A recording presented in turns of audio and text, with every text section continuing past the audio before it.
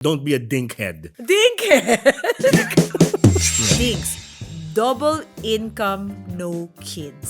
Some of the dinks, Natawa ako dun sa term. dinks, some of them were breadwinners when they were single. So nung nag-asawa sila, by choice, gusto nila munang walang anak kasi ang dami na nilang inalagaan noon. So wag muna. Ang dami ko nang pinagtapos. Kaya ako naman. So Rosel, ganun pala pag may anak ka, parang laging nakabukas yung wallet mo. Oh. Sabi ko, oo, hindi na magsasara yan. Hindi na magsasara yan. Yung pinaka-importante sa dinks, para sa akin yung letter I, income. Uy! Yeah, double income, dual income. Pero kakarampot kayo parehas. And then you spend it on yourselves, on your splurges or whatever. Wala kiniipon. Kung gusto mo magkaanak, maraming akibat na responsibilidad yan. Kung ayaw mo, okay din lang naman. Kung hahabol ka, syempre, extra effort. Kasi alam mo naman yung katawan natin, hindi na siya materiales fuertes. Ang luma ng materiales fuertes. Oras muna sa isa't isa. Tapos pag nabuntis, scared na agad. Hindi. Then wag. Don't be a dinkhead. Dinkhead!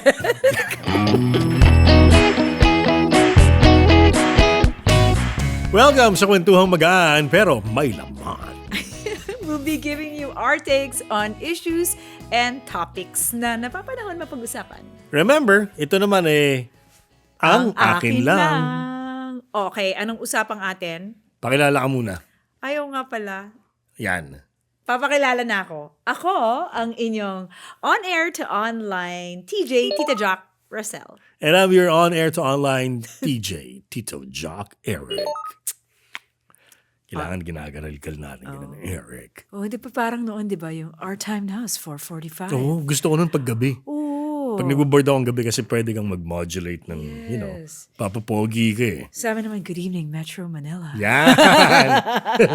The time now is... Pagandahan ng oras. Okay, pero ano nga ba? 4:45.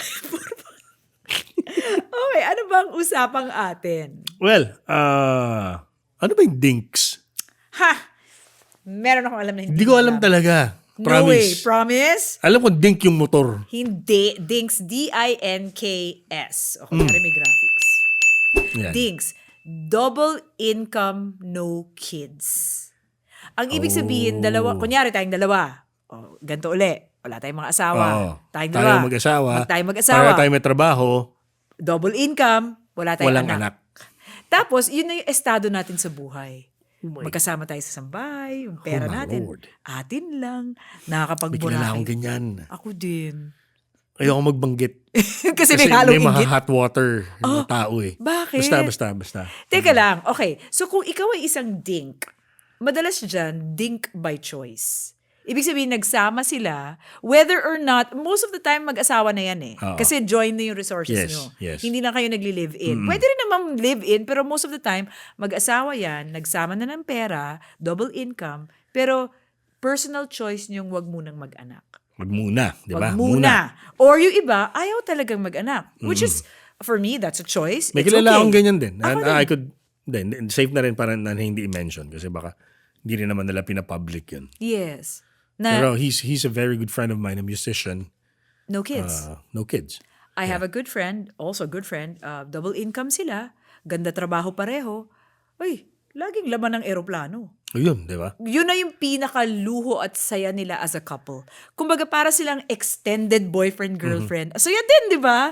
Extended boyfriend-girlfriend na pumupuntang Europe. Hindi to Sarap. hindi to mayaman na mag-asawa. Pero dahil Pero they have enough. because wala nga silang pinag-aaral, wala silang binubuhay Oo. kundi ang isa't isa. Bumili ng condo. Ayun, yung isa pang dinks couple na kilala ko. Yun nga yung, ayoko talagang banggitin yung pangalan kasi basta, dami nilang properties. Doon na punta yung pera nila. To begin with, yung guy mayaman na eh, from a prominent family. Okay. May edad na sila. Aha. Slightly older than me. Aha. So, may edad na talaga yun. Yes, tito. Kahit slightly older lang. Tapos yun, basta. Oo, ano sila. Ngayon, ang pagiging dinks, dati kasi, aminin na natin, nung panahon natin, nung tayo'y nagkapamilya, laging ang expectation is magkaroon na ng anak, di ba? Yun yung nakakalakahan natin eh. Oo, yes, di ba? Yung mga lola na nangungulit na, mga nanay at tatay na, mga tita. Kailan ba ako magkakaapo? Yes. Ganun, Tumatanda na kayo ni Eric. Bakit Oo. wala pa? Ba't wala pa? Diba? Ito, they want to enjoy their time together.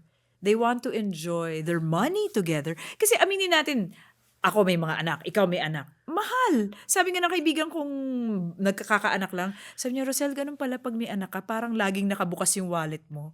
Oh. Sabi ko, oo, hindi na magsasara yan. Hindi na magsasara yan. Hindi na Oo. magsasara yung wallet mo. Forever nang bukas yan. Count 30, 35 years, yun lang, saka lang siya sasara ulit. Oo. Depende sa dami ng anak mo. Exactly. Kasi binubuhay mo sila, hindi ka pwede mag-stop. Alam naman, hindi mo sila pakainin. Yeah. Ginawa-gawa mo. Tapos pababayaan mo. Diba? So, yun ang dinks. Ngayon, by choice yan by choice. Pero meron din bang dinks by accident?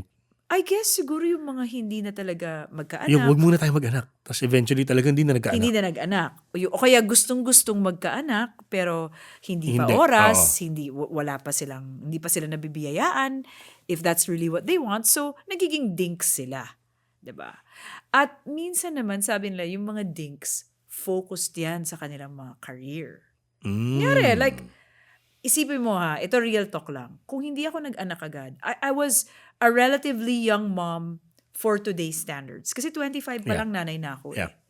Kung hindi ako naging mommy agad, pwede kong tutukan sana yung aking broadcasting career. Which was, paano ba natin sabihin? Which had a very, very good start back then. Yes, it had a good start. Yeah. Nasa radyo ako, tapos nag-AM ako. Alam nyo kasi, mga kaakin, mga akins, you know, si Rosel, when she was starting, late 90s to eh. Yeah. Late 90s, early 2000s. Her voice was unique. Siya lang yung may ganyang boses dati. So it was a welcome addition to the familiar voices already. On radio. Sa radyo. Yeah. And then eventually, sa commercials. Yeah, that's right. 'Di ba? So kumbaga parang ang laki ng promise that time for you. Yes. And Diba? and not just, let's say, for example, sa radio alone, pwede pa ako mag-branch into TV if I wanted to. And then, yun ngayon na pag-usapan natin off-air kanina na life happens and I wouldn't have it any other way. Yeah. Kasi nagkaroon ako ng kids, nagkaroon ako ng family. Ibang trajectory ng career ko. Ang kinaganda lang siguro kasi sa akin, voice talent ako. So, it doesn't matter kahit anong itsura mo, basta maganda boses mo. Yeah. Wala naman ako intention mag-artista or anything. Tsaka hindi, yun pa pala isang naalala ko. We were one of the first few English voice actors Oh, that's in right. the Philippines, That's right? right. Yes. My Yes. very first project was Pangako Sa'yo. Yeah. Ako nga, wala nga ako sa Pangako Sa'yo. Nauna ka pa sa akin. Talaga ba? Yeah, wala ako doon. Ang Ikaw? kasama ko doon si VG, si Tom Bone. Yes, Yeah, ikaw ang nasa yeah. Pangako Sa'yo. Oo. Now, going back, if I chose not to have kids, marami siguro akong naipong pera. Pero iba ang sabi ng tadhana eh, 'di ba? Nagpamilya ako kagad and then it turned out really, really good. I have a great family now. And pero hindi ko nadaanan yung saya nung nakikita kong ibang mga couples na Korea, Japan. Lalo na ngayon, ang mura ng mga plane fare. Yeah. Yung nakita ko, kakaano Mas lang mahal to. nga magpunta ngayon sa Mindanao kaysa magpunta ng Vietnam eh. Oh, 'di ba? 'Di ba Taiwan, kung saan pumupunta, biyahe ng biyahe, na enjoy, nakakatuwa. Pero alam mo, meron nagkwento sa aking friend, only just before we move on, na some of the dinks, ano sila, breadwin... Natawa ako dun sa term. Dinks. Kasi ano sila, double income, no kids. Some of them were breadwinners when they were single. Yung kumbaga tumulong. Oh. Kasi ang mga Pilipino. Kasi sa Amerika, ang dink, hindi mo naman, sa Amerika naman kasi, or in Western countries, the obligation to care for your family, hindi kasing bigat dito. Yes. Alam mo naman Sa dito kanila sa kasi atin. the government would take care of everything, you cannot. Yes, and ang ano naman ang cultural system dito is lagi kang may utang na loob sa parents mo, which is fine kung ganun ka pinalaki, gusto mong ikaw tumulong sa parents mo. So a lot of them were breadwinners when they were single. So nung nag-asawa sila, by choice, gusto nila munang walang anak kasi ang dami na nilang inalagaan noon. So Kaya wag nga muna. ang dami ko nang pinagtapos. Mga Oh, ganyan. kaya ako naman. Figuratively, yeah. 'Di ba? But is being a dink a permanent status in your relationship? Iba-iba din yan. Kasi baka naman in the future, gusto mo maging tulad natin, dilks. Dilks. Double income, lots of Plus- kids. Dilks. Or mas worse, double income or hindi. Nilks. What's a nilk? No income, lots of kids. Oh my. Hindi. That's one problem that exists That's actually. true. That's true. And isa yan sa mga masasagot or isa yan sa mga malulunasan Ah. kapag na-eradicate natin totally yung mga kawalangyaan sa gobyerno. Ay, totoo yan. Diba? Oo naman. So Oo. naalala ko lang, sorry. Hindi, don't be sorry. Hindi natin gustong pag-usapan ngayon yung mga kurakot pero Hindi, pag-usapan You know. natin. Kasi naman kayo, dapat maayos buhay namin. 'di ba? Yung Eh, binabayad kayo. pala namin buwis, binibigyan sa anak nyo para pambili ng bag, leche. Di ba? Pakahirap ako pumunta dito kanina, wala ako sasakyan. MRT ako. Oh. Siksikan. Di ba? Correct. Di ba? No, but then going back, it is sometimes a choice. And then sometimes, pagka maging isa kang dink, meron ka ring, pwede kang magkaroon ng advantages, pero may disadvantages siya or regrets. Meron bang regret kung ikaw ay isang dink? Ako, I can't say eh. Alam ko lang yung side ko. Pero meron akong friend, sabi niya, I wish I didn't wait so long. Kasi ngayon, parang gusto ko na magkaanak. Hindi na pwede. Hindi na pwede. Pero sabi ko naman sa kanya, there's no pressure for you na magkaroon ng Bata anak. pa ba? Siguro, Pwede pa. Yung edad. Pwede pa. Nireregla So- pa naman. hindi pa kailangan ng matinding siyensya. Parang kailangan na. Like Oo, yung iba kasi matagal nag-iintay like Corina and yan. Mar levels na. Ganun. Oo, ganun. Pero nothing against Corina and Mar. Pero yung kambal kasi, natural. Kids nila talaga eh. Oo. Diba? Pero ang laking part ng science. Yes. Diba? Malaking siyensya Oo. played a large Oo. role. Now, sometimes, you also have to weigh the considerations kasi kung gusto mo magkaanak, maraming akibat na responsibilidad yan. Kung ayaw mo, okay din lang naman. Kung hahabol ka, syempre, extra effort. Kasi alam mo naman yung katawan natin, hindi na siya materialis fuertes. Ang luma ng materialis fuertes. Yan. Word of the day yan. Materiales fuertes. Grabe. Hindi. So, what should you consider? I really admire and I often advise my friends na mga younger friends ko na magpapakasal, enjoy your time together.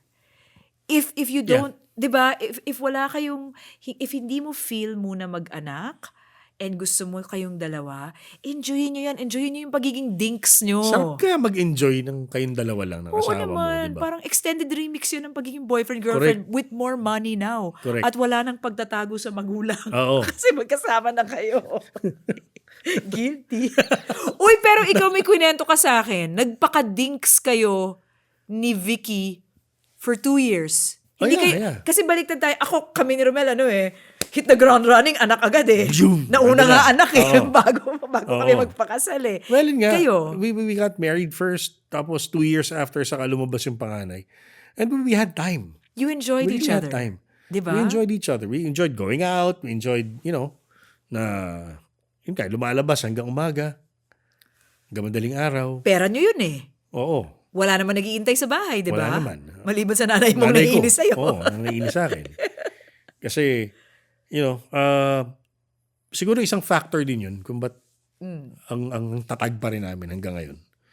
Kasi, talagang barkada, tropa, asawa. Ganun. Yes. Kasi nga, ang laki nung time na ginugol. Yes. Alam niyo ba yung Google? Yung number 1 na merong 100 zeros sa Google. Hindi. Okay, Tito Joe, coming up. Okay. Ayun. ang laki ng time that we spent with each other na kami lang. Right. And we know, hindi na rin nalalayo, in a few years, magiging kami na lang ulit. Because the kids would have, The kids you know, will grow. Yeah. Alam mo, even if nung hindi pa uso yung term na dinks, nagpaka-dinks kayo. Oh. Something like that. Wala lang yung travel, wala yung ano. Ano lang, puro bar-bar lang sa Morato. wala kang budget pang ano. Bar sa Morato, Pang bar sa Hong Kong. Ilog, sa Marikina, ganyan. Pero still, you enjoyed your company and your money. Yeah. Kasi kayo yun eh. Alam mo, recently daw, there's been a bigger, kumbaga mas bigger acceptance ng mga nag-aasawa na hindi muna mag-aanak. Kasi unlike nung, okay, yan na naman tayo sa gen natin, sa gen nila. Hindi kasi, di ba, dati the expectation is have kids right away. May pressure kasi. May pressure. Dati ang kalakaran, ligaw, mag-on, go out, kasal, anak. Anak. Kagad. Yes. After ng kasal, dapat ilang buwan pa lang, buntis na yung babae. Yes. Diba? Kailangan buntis sa lalaki. Noon yun. But now, you know, it's nice if you have time to spend with each other. Na, kasi nga, para pagdating ng bagong addition sa pamilya nyo, Handang-handa kayo. handang-handa ka. Now, this is not to say dun sa mga nagkaanak agad, mga sis, Ayan, mga appear. Hindi naman sinasabing wala na tayong saya sa buhay. Iba rin yung saya na nagkaroon ng pamilya, of course. Pero sometimes it's harder for us to carve out time for ourselves. Kasi syempre kami, dahil may anak agad, hit the ground running. Ando na kagad yung hati na yung responsibility mo eh. Oras mo, pera mo. Oo. You're right, responsibilities. Hindi Diba? lang sarili mo iisipin mo kasi kwento mo kanina, kayong dalawa ni Vicky, kaya niyong magbar ng hanggang madaling araw, uuwi kayo, nagluluto na ng breakfast sa bahay. Yes. At kasal na kayo nun. Good morning na yung bati namin nun sa nanay ko. Pag uwi namin. Morning po. And Diba? then kahit na sobrang plastado ka nun, galing sa gimmick, kailangan syempre, matino yung dating mo, di ba? Yes. But still, you enjoyed each other's time. Oh yeah. We Yun did. naman ang dink. Pero if you are not a dink, don't feel bad. Kasi wala eh. Ito nang nangyari sa buhay mo. Pero kung ikaw ay may balak pumasok sa isang relationship, ako, ako dyan, pro ako sa give yourself time. Oras muna sa sarili. Oo, napakaganda nun. Sa isa't isa. Sa isa't isa, bago kayo maghiwalay, Hindi ba, alam mo na. Oras muna sa isa't isa. Tapos pag nabuntis, scared na ka na ba? Hindi. Then wag. Hindi kasi what if bigla kayo nagkaanak tapos doon mo marirealize, oh my God, I don't like this person. Pero syempre, wag naman kayo magpakasal na hindi kayo sure.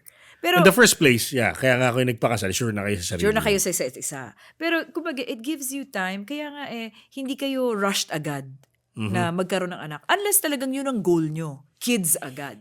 Pwede rin naman. Pwede rin naman. At alam mo, isa pang maganda sa pagiging dink, last ko lang i-add, from a married perspective, it gives you time to prepare for the bigger things you have to pay for pag meron na kayong anak. Yan. Diba? Tuition. Kasi, pagka kunyari nagbuntis ka na agad-agad, syempre yung panganganak, pagkatapos niyan, lahat na ng pangangailangan ng mga bata. Ang mga bata, yung binili mong t-shirt niyan ngayon, hindi na niya magagamit. Oo. Wala na isang taon, hindi mo na niya magagamit yan. Siguraduhin mo na lang may mga pamangkin ka na pwedeng pagpamanahan ng mga yon. Exactly. So being a dink, before you have kids, if you plan to have kids, gives you time to save up for the things that will be coming in the future. Diba? Ang akin lang dito, ang pinaka-importante sa dinks, para sa akin yung letter I, Which is, income. That's Income true. talaga. Pwede kasing, double income, dual income, pero kakarampot kayo parehas. Totoo. And then you spend it all on yourselves, on your splurges or whatever. Wala kinaipon. So make sure, if you go into a dinks lifestyle first, after getting married or after swearing to each other that you'll be your life partners forever, ganyan, just make sure you have enough. Yes. Pwede naman Pwede kang mag-splurge, di ba? Basta't alam mo meron kang naitatabi for future gastos. True. Hindi dahil sa mag-aanak ka na, pero hindi, just for general savings. Totoo. Di ba? May anak ka man o wala, kung wala kang ipon, paano pag nagkasakit ka? Totoo. Ako naman, ang akin lang, it's really just to say na whether you're a dinks or a sinks, Sinks, or yeah. a silks, single income, lots of kids. Or nilks. Nils, no income. Huwag naman no income. Oo. Dapat ito is of your own choice. Or kung talagang napunta ka sa sitwasyon na yon, alam mo kung paano mo pagagalawin ang iyong oras, ay ang iyong pera, ang iyong health. 'Di ba? At kung dink ka, dapat tayong dalawa nag-usap. Kasi baka naman gusto ko nang magkaanak, ikaw ayaw mo pa. Yes. O kaya, Kailangan mutual 'di ba? yung Oo, decision. Mag-asawa na tayo eh. Usap tayo. Usap kayo ng partner nyo. 'Di ba? So, yun naman ang akin lang. And don't be a dinkhead. Dink! Mag-comment kayo. Ikaw ba isang dink? Sink? Silk? Nilk. Nilk. Wag naman nilk. Please keep sending us your comments. We love reading them. Natutuwa kami na lagi kayong tumatangkilik, nanonood, and we love the conversation dahil hindi lang to boses namin, hindi lang to amin lang, kundi atin. Tsaka baka meron kayong gustong suggest na gusto niyong pag-usapan namin, feel free to voice them out. Hindi ko In rin our babasahin. comments. Hindi ba rin? Ang tito! Again, maraming salamat. Ito ang... Ang akin lang. Isa pa, sorry. Again, maraming salamat. Ito Ang akin lang.